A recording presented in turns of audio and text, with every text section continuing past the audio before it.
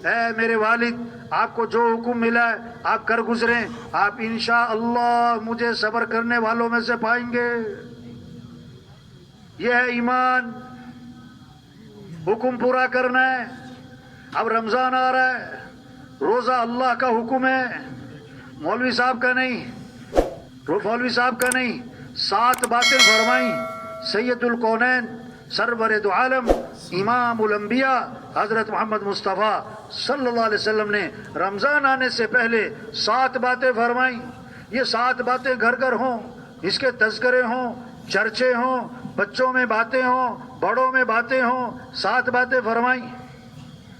پہلی بات فرمائی آپ نے، دیکھو رمضان کا مہینہ آ رہا ہے، یہ برکت والا مہینہ، یہ برکت والا مہینہ، برکتیں سمیٹنی ہے۔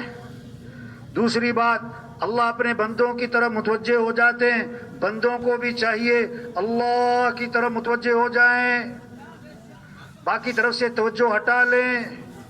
تیسری بات فرمائی، اللہ اپنی رحمت خاصہ نازل فرماتے ہیں، خاص رحمتوں کا نزول ہے، لوٹ لو لوٹ لو۔ بعض دکانوں پہ نا رش ہوتا ہے، بھئی یہ رش کیوں لگا ہے؟ پتہ کیا جواب ہوتا ہے؟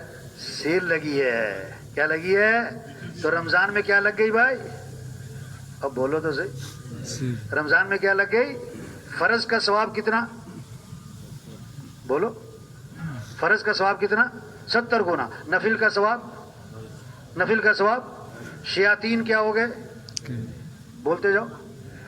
جنت کے دروازے کھل گئے، جہنم کے دروازے، تو سیل لگ گئی۔ اللہ اپنی رحمت خاصہ نازل فرماتے ہیں۔ چوتھی بات، بندوں کی خطاؤں کو معاف فرماتے ہیں۔ یہ معافی مانگنے کا مہینہ ہے، اس لیے شب قدر جیسی رات میں کیا دعا سکھائی؟ اللہم انکا عفو تحب العفو فاعف عنی۔ اے اللہ تو معاف کرنے والا ہے، معافی کو پسند فرماتا ہے، اے اللہ مجھے معاف کر دے۔ ہمارے سے بہت غلطیاں ہوتی ہیں، کمیاں ہیں، کوتاہیاں ہیں، گناہ ہیں، قصور ہیں، لغزشیں ہیں، اللہ معاف کرنے والے ہیں۔ یہ معافی مانگنے کا مہینہ ہے، اللہ سے معافی مانگو۔ پانچویں بات، اللہ بندوں کی دعاؤں کو قبول فرماتے ہیں، یہ مانگنے کا مہینہ ہے، مسئلوں کا حل اللہ سے مانگنا ہے۔ ایک اللہ کی ذات ہے جس سے مانگو تو خوش، نہ مانگو تو ناراض۔ اللہ کو پسند ہے، حدیث میں آتا ہے کہ اللہ سے مانگا جائے، اللہ سے مانگا جائے۔ سحری کا وقت کہ مانگو اللہ سے، افطاری کا وقت کہ مانگو اللہ سے۔ سارا دن روزہ، اب افطاری کا وقت ہے، افطاری کا وقت ہے، بھوک لگی ہوئی ہے، پیاس لگی ہوئی ہے، زبان خشک ہو رہی ہے، پیٹ کمر سے لگ رہا ہے، اب اللہ کے سامنے ہاتھ اٹھائے گا، اللہ کے سامنے ہاتھ اٹھائے گا۔ جو کام پیسوں سے نہیں ہوتے، حکومتوں سے نہیں ہوتے، وہ اللہ کام دعاؤں سے کر دیں گے۔ رمضان کا مہینہ شروع ہوتا ہے، اللہ عرش اٹھانے والے فرشتوں سے فرماتے ہیں اپنی اپنی عبادت چھوڑ دو، اب تمہارا ایک ہی کام ہے، روزے داروں کی دعاؤں پر آمین کہتے رہو۔ چھٹی بات فرمائی، اللہ فرشتوں کے سامنے فخر فرماتے ہیں رمضان میں، دیکھو میرے بندے دن میں روزہ رکھتے ہیں، دن میں روزہ رکھتے ہیں اور رات کو میرے سامنے کھڑے ہو جاتے ہیں۔ حدیث میں آتا ہے جو رمضان میں روزہ رکھے اور رات کو قیام کرے، اللہ اس کے گناہوں کو معاف فرما دے۔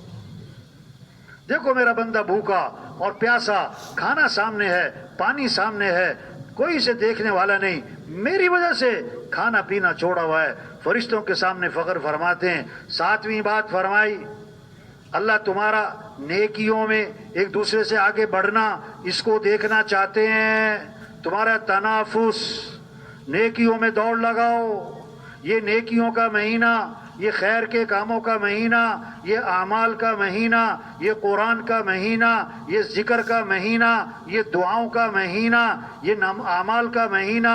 فرمایا رمضان میں 4 چیزوں کی کثرت کرو، حدیث میں آتا ہے، ایک لا الہ الا اللہ، لا الہ الا اللہ، کثرت کرو۔ دوسرا استغفار کی کثرت۔ تیسرا اے اللہ میرا ٹھکانہ جنت بنا، مانگو۔ چوتھا کہ اللہ مجھے جہنم سے بچا۔ یہ 7 باتیں فرما کر حضور صلی اللہ علیہ وسلم کا لہجہ اس میں سختی آئی. آپ نے فرمایا بد نصیب ہے وہ شخص جو اس مہینے میں بھی اللہ کی رحمت سے محروم رہ جائے.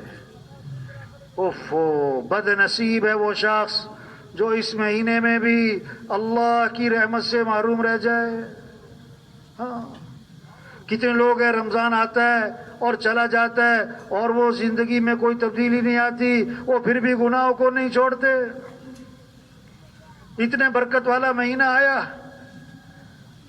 رحمتوں والا مہینہ آیا، شیاطین قید ہو گئے، جہنم کے دروازے بند ہو گئے، جنت کے دروازے کھل گئے، فرض کا ثواب 70 گنا، نفل کا ثواب فرض کے برابر، اور وہ پھر بھی اللہ کی طرف متوجہ نہ ہوا، اس نے پھر بھی گناہوں کو نہ چھوڑا. فرمایا بد نصیب ہے وہ شخص. اللہ کرے یہ آنے والا رمضان سارے مسلمانوں کی مغفرت کا ذریعہ بن جائے. اللہ کرے یہ آنے والا رمضان سارے انسانوں کی ہدایت کا ذریعہ بن جائے. ہاں، رمضان تو اگلے سال بھی آئے گا، ہم ہوں گے کہ نہیں یہ کوئی پتہ نہیں، ہم ہوں گے کہ نہیں یہ کوئی پتہ نہیں. پتہ نہیں کس کس کا آخری رمضان آ رہا ہے.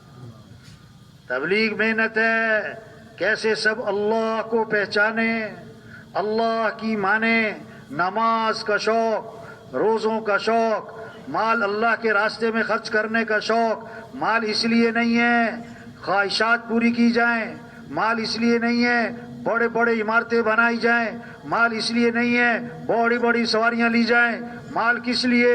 اللہ کے راستے میں خرچ کریں، اللہ کے راستے میں خرچ کریں.